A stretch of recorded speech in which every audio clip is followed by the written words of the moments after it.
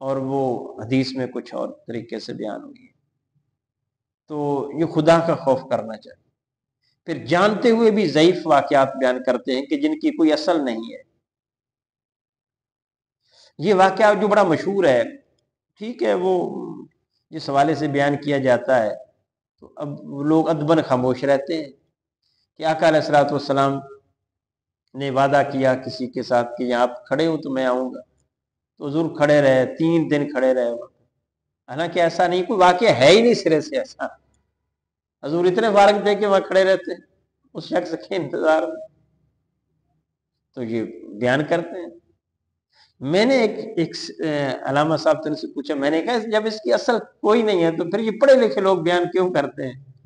انہوں نے کہا بس چلتا ہے، وہ چلنے کو چلاتے ہیں، جو چل رہا اس کو چلاتے ہیں، یعنی جو بک رہا اس کو بیچتے ہیں۔